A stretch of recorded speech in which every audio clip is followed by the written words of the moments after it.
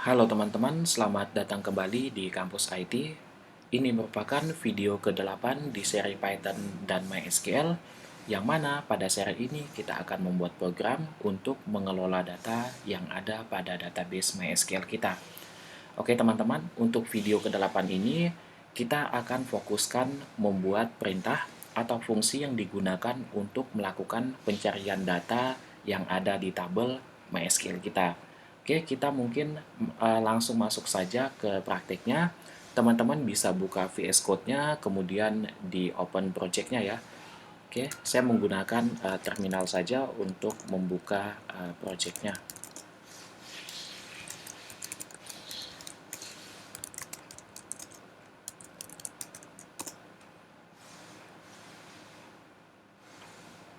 Oke, ini adalah project kita yang sebelumnya ya. Jadi sebelumnya kita sudah membuat perintah atau fungsi untuk menghapus data. Nah, saat ini kita akan menambahkan fungsi baru yaitu fungsi untuk melakukan pencarian data yang ada pada database MySQL kita. Oke, teman-teman, seperti biasa kita aktifkan dulu virtual environment-nya ya.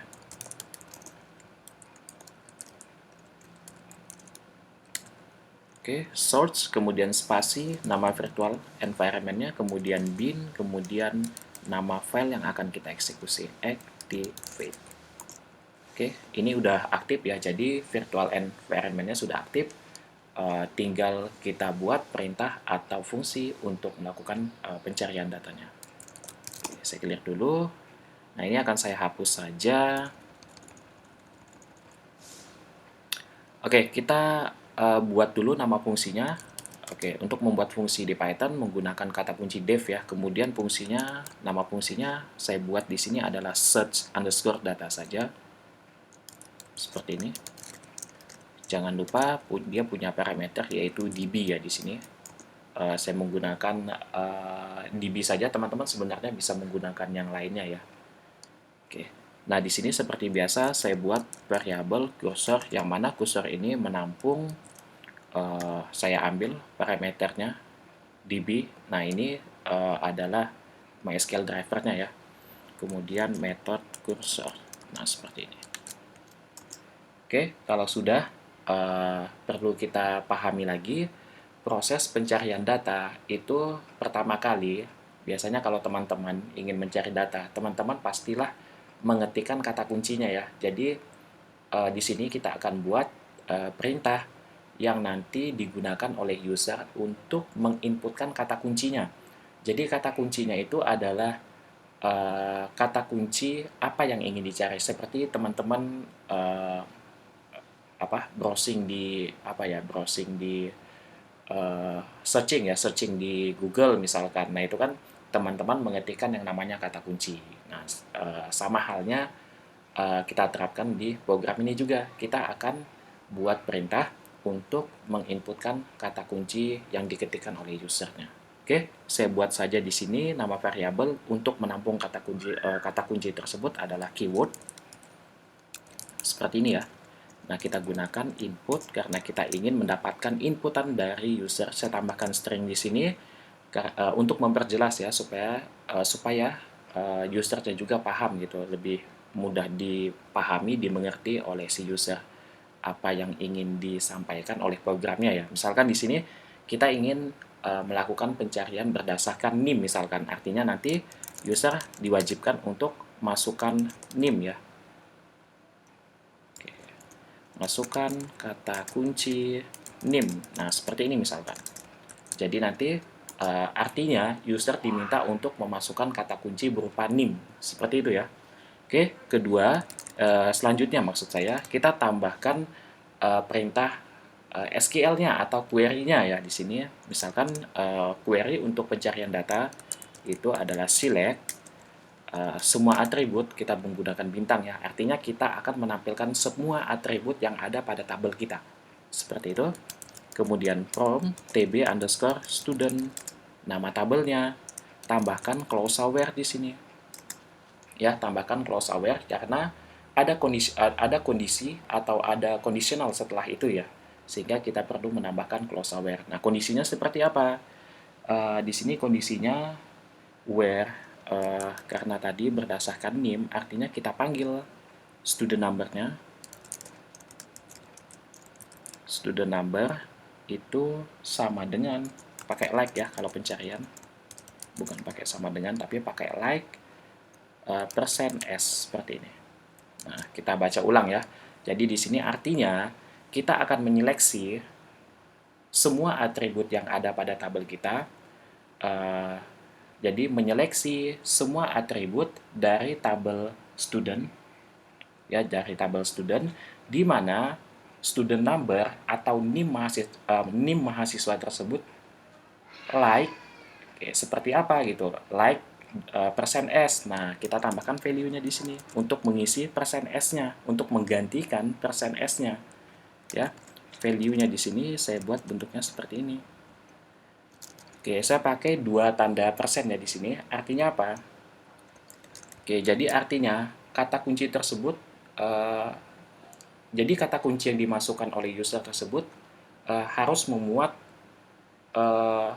tidak perlu sama persis maksudnya. Jadi setidaknya kata kunci yang dimasukkan user itu sama dengan kata kunci yang ada di tabelnya. Jadi misalkan seperti ini. Saya contohkan dulu ya teman-teman. Misalkan NIM yang dimasukkan usernya itu adalah 11 gitu. 11 ya. Oke, ini adalah NIM yang dimasukkan oleh user. Saya buat dulu ya. NIM yang dimasukkan oleh user seperti ini. Jadi ini adalah 11 itu adalah NIM yang dimasukkan oleh user di sini tadi. Oke, sedangkan di database itu ada NIM seperti ini. Nah, ini adalah NIM pada database. Nah, jadi artinya cukup memasukkan 2 angka seperti ini, kan 11 ini kan apa ya? Ada di sini, maksudnya walaupun tidak semuanya tapi ada gitu ya. Jadi 11 ini ada, jadi angka 111 ini mengandung angka 11. Nah, supaya lebih mudahnya seperti ini saja. Saya buat 12. Di sini 1, 2, 3. Nah, jadi angka yang dimasukkan oleh user itu bukan seperti ini. Angka yang di database 1, 2, 3 ini mengandung angka 1, 2 juga. Oke, ada ya, 1, 2-nya ada. Jadi kalaupun user memasukkan 2, 3, nah di sini juga ada angkanya 2, 3. Oke, kalau user memasukkan satu angka saja gimana? Misalkan 1, tetap ya, tetap yang akan ditampilkan adalah yang ini. Yang angka yang mengandung 1 tersebut. Jadi angka yang ditampilkan atau data yang ditampilkan itu data yang NIM-nya mengandung angka yang dimasukkan oleh si usernya. Seperti itu ya. Oke. Oke, kita lanjutkan ya. Di sini saya tambahkan koma. Kalau tidak ada koma nanti dia bisa bermasalah ya. Oke, selanjutnya kita tambahkan perintah cursor, kemudian execute. Nah, yang kita execute di sini adalah SQL, value-nya seperti ini. Oke, mungkin ini saya tambahkan enter saja supaya mudah dilihat. Oke, kemudian tambahkan perintah untuk menampilkan datanya. Oke, saya tampung saja di variabel R, cursor, kemudian method fetch all. Nah, seperti ini ya. Oke, selanjutnya saya ingin membuat yang namanya kondisi. Jadi kondisi ini fungsinya buat apa? Jadi seperti ini kalau di pencarian ya. Ketika datanya ada di database, ketika datanya tidak ada di database, artinya pasti tidak akan ada data yang ditampilkan. Jadi kalau teman-teman tidak punya data di tabel tersebut, ya, jadi kalau teman-teman tidak punya data di tabel student, itu artinya tidak akan ada data yang ditampilkan. Teman-teman mau mencari dengan kata kunci seperti apapun, itu tidak akan bisa. Karena apa? Karena datanya tidak ada di database. Seperti itu ya. Jadi kalau datanya ada di database, barulah nanti bisa ditampilkan datanya. Data yang ingin dicari, maksudnya seperti itu. Oke, saya buat if di sini sama saja dengan perintah if yang di bagian show datanya ya. Kemudian if cursor, kemudian di sini saya gunakan throw count, ini sama dengan 0. Oke, jadi kalau data kita tidak ada di database, di tabelnya ya, jadi kalau datanya tidak ada alias kosong, maka dia akan menampilkan, saya buat print string saja di sini, tidak ada data yang ditampilkan. Seperti ini. Oke, kalau misalkan ada data yang ditampilkan, maksudnya bukan ada data yang ditampilkan, melainkan kalau data di database itu ada, maka kita looping saja. Kenapa kita looping? Ada kemungkinan kata kunci yang dimasukkan itu uh, sama dengan beberapa data yang ada di tabel. Jadi tidak hanya satu yang ditampilkan, kecuali spesifik ya. Seperti itu. Oke, misalkan di sini kita buat loopingnya ya. Nanti akan saya contohkan ketika nanti kita jalankan programnya. Saya buat for data in R-nya ya, yang ini kita panggil R-nya. Oke, sorry. Kemudian saya print, yang di print adalah datanya. Seperti ini. Oke, kalau sudah kita coba panggil dulu ya. Kita panggil search datanya db, saya save dulu, kemudian di sini kita jalankan menggunakan Python main.py. Oke, masukkan kata kunci NIM-nya. Misalkan di sini teman-teman perhatikan dulu datanya. Kita punya 3 data di sini di tabel kita. Kita fokusnya ke NIM. Kenapa? Karena kata kunci yang kita gunakan adalah NIM-nya ya. Nah, misalkan saya ingin mencari mahasiswa dengan NIM 111 seperti itu ya. Jadi di sini saya bisa masukkan NIM 111 seperti ini. Oke. Tidak ada data yang ditampilkan. Maksudnya sebentar kita cek dulu. Masukkan kata kunci NIM. Oke, di sini saya belum tambahkan keywordnya ya. Oke, mohon maaf, di sini saya harus tambahkan format ya. Saya pakai format, kemudian dalam kurung keyword. Oke, seperti ini. Saya clear dulu. Saya jalankan kembali. Oke, saya masukkan NIM-nya di sini adalah 111 ya. 111. Kalau saya enter, nah di sini yang ditampilkan adalah data dengan NIM 111. Dan yang ditampilkan adalah semua datanya, semua atribut yang ada. Jadi semua atribut yang ada ini akan ditampilkan. Oke, termasuk juga ID-nya. Kenapa? Karena kita di sini menggunakan star. Nah, teman-teman mungkin bisa membatasinya. Misalkan yang mau ditampilkan di sini adalah, misalkan yang mau ditampilkan selain ID-nya, jadi student number atau student name-nya saja, misalkan student name, misalkan. Nah, seperti ini. Jadi yang mau ditampilkan misalkan adalah namanya saja ya, misalkan. Saya clear dulu, kita coba jalankan dan saya masukkan NIM-nya 111. Nah, di sini yang ditampilkan hanya satu atribut saja, yaitu namanya. Kalau teman-teman mau tambahkan lagi, misalkan departemennya, tinggal tambahkan saja menggunakan pemisah koma ya. Student, departemen. Nah, seperti ini. Oke, saya clear dulu, kita jalankan kembali. Kata kuncinya 111. Nah, di sini yang ditampilkan 2 atribut. Seperti itu ya, teman-teman. Jadi, teman-teman sesuaikan saja dengan kebutuhan dan permasalahan yang teman-teman hadapi. Oke, saya ganti menggunakan start lagi. Oke, saya ingin tunjukkan seperti ini. Kalau misalkan saya masukkan di sini angka 1 saja, maka yang ditampilkan adalah semua datanya. Kenapa? Karena NIM dari setiap data yang ada di sini itu mengandung angka 1. Tidak peduli satunya itu posisinya di sebelah mana. Ya, karena apa? Karena kita menggunakan persen yang di 2% ya. Jadi, value kita itu diapit oleh 2%. Itu artinya jadi program kita itu tidak peduli kata kunci yang kita ketikkan itu posisinya di sebelah mana. Mau di bagian awal, mau di bagian tengah, ataupun di bagian akhir, dia akan tetap menampilkannya. Seperti itu ya teman-teman. Nah, kalau misalkan saya ketikkan 1, maka dia akan menampilkan semua record datanya. Beda halnya kalau teman-teman menggunakan 1% saja, misalkan persennya di bagian awal. Oke, kalau persennya di bagian awal, kita coba cek apakah bisa ya. Saya masukkan angka 1. Nah, dia hanya menampilkan data John saja. Kenapa? Karena data John ini dia punya 1 di bagian akhirnya. Jadi, kalau teman-teman menggunakan persen di awal, artinya kata kunci tersebut akan disesuaikan dengan karakter bagian terakhirnya. Ya, karena saya masukkan 1 di sini, dia akan cari karakter terakhir di antara NIM ini yang 1 itu yang mana. Oke, yang ID-nya 7. Oke, ID-nya 7, bagian akhirnya karakternya adalah 1. Kemudian data ID ke-8 ini 2, beda ya. Kemudian ID ke-9 ini karakter terakhirnya adalah 3, tidak sama dengan 1. Jadi yang ditampilkan yang sesuai saja, yaitu yang John ini. Oke, kalau teman-teman letakkan persennya di bagian akhir, ini kebalikannya. Jadi dia akan menyesuaikan dengan karakter di bagian pertama data tersebut. Misalkan di sini kita acuannya adalah NIM ya. Jadi dia akan mencari angka 1 di setiap NIM yang ada. Dia fokusnya misalkan dia akan fokusnya di karakter pertama saja. Seperti itu ya. Kalau saya jalankan, dia akan menampilkan semuanya ya di sini. 1.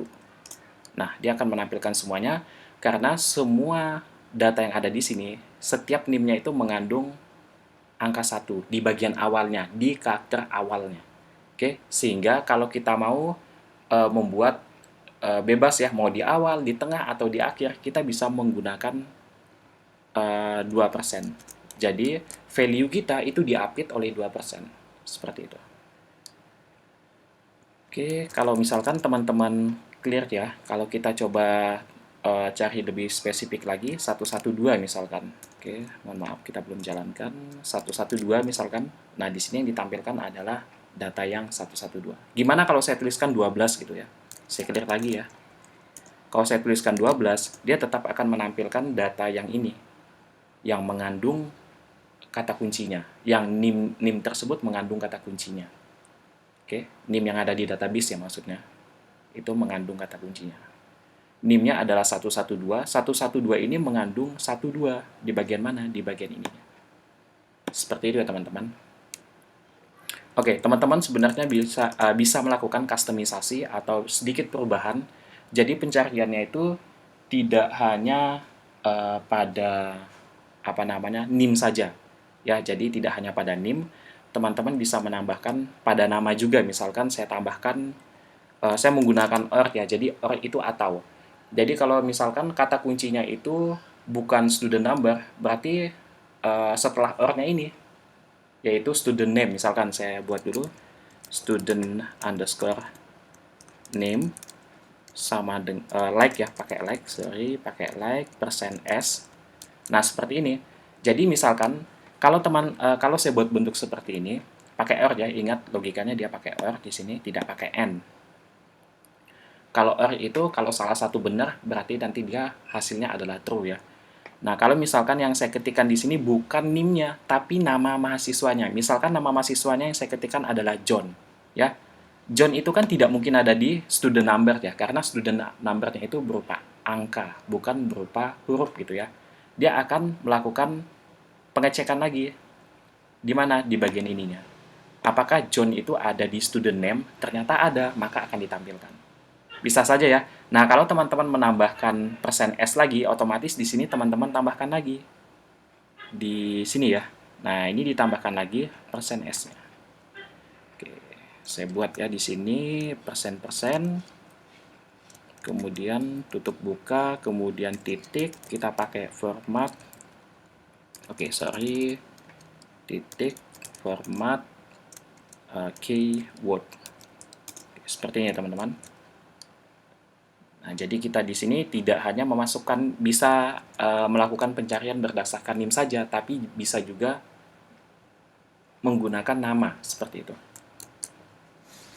Oke, kita coba ini lagi ya, kita coba jalankan lagi programnya.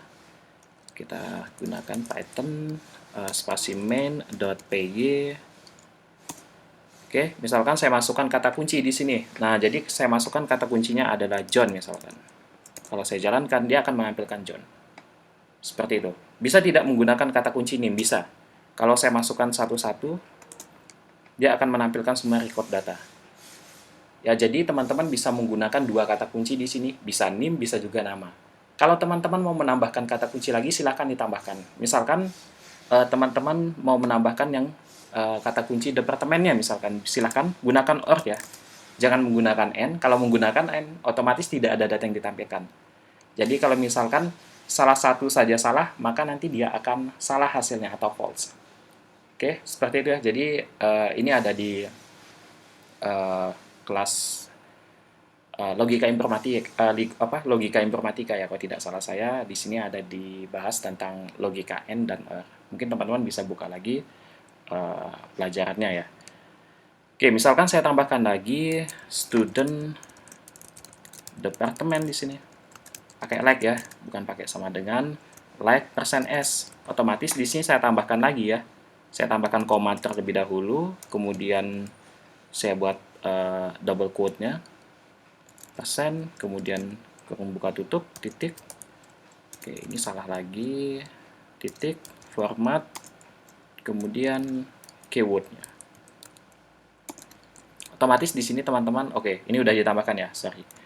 Nah, kita coba jalankan. Ini saya clear dulu ya. Kita akan melakukan pencarian berdasarkan tiga atribut gitu ya. Jadi, tiga atribut yang pertama nanti berdasarkan NIM, atribut yang kedua berdasarkan nama mahasiswanya, atribut yang ketiga nanti berdasarkan departemennya. Misalkan seperti itu ya. Oke, saya jalankan Python spasi main.py-nya. Nah, saya masukkan kata kuncinya. Yang pertama, saya masukkan 1. Nah, jadi semua data akan ditampilkan karena semuanya NIM dari semua data ini mengandung angka 1 gitu ya. Jadi tetap akan ditampilkan semuanya. Oke, kemudian yang kedua saya akan gunakan nama ya. Misalkan yang saya mau cari yang namanya John. Saya gunakan huruf kecil semua saja. Oke, saya belum jalankan ya, sorry. John seperti ini. Nah, jadi tetap ditampilkan yang John ya. Mau teman-teman menggunakan jadi huruf besar dan huruf kecil itu tidak diperhatikan ya. Jadi kalau teman-teman menggunakan karakter awalnya itu huruf kecil juga tidak masalah. Tetap akan ditampilkan data dengan nama John seperti itu. Dan yang terakhir adalah departemen ya. Kita akan coba saya jalankan lagi. Kita cari berdasarkan pada departemennya atau jurusannya. Misalkan di sini informatika. Oke, jadi ada dua mahasiswa yang jurusannya adalah informatika. Yang pertama adalah John, yang kedua adalah Tom. Seperti itu ya teman-teman. Oke, ini adalah fungsi atau instruksi atau juga perintah yang kita gunakan untuk melakukan pencarian data yang ada pada database MySQL ya. Jadi kita menggunakan bahasa pemrograman Python untuk menampilkan data berdasarkan kata kunci seperti itu. Oke, tentunya kata kuncinya dimasukkan oleh user ya. Jadi di sini kata kuncinya sifatnya lebih dinamis, jadi bisa dimasukkan oleh user. Oke teman-teman, saya rasa untuk video kali ini cukup sekian. Silakan dibagikan video ini jika bermanfaat buat teman-teman dan bisa juga di-share ke sosial medianya ya. Jadi nanti kalau ada temannya yang lain yang ingin belajar bahasa pemrograman Python, mungkin nanti bisa langsung mengunjungi kanal YouTube ini. Oke, terima kasih semuanya dan nantikan video selanjutnya.